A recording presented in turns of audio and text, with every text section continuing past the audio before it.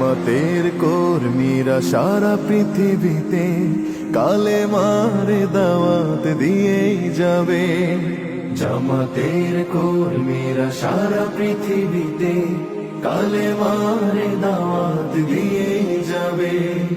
কোরআনের আলোকে সমাজ বিনির্মাণে, কোরআনের আলোকে সমাজ বিনির্মাণে হাজার জুলুম বাধা উতরে যাবে।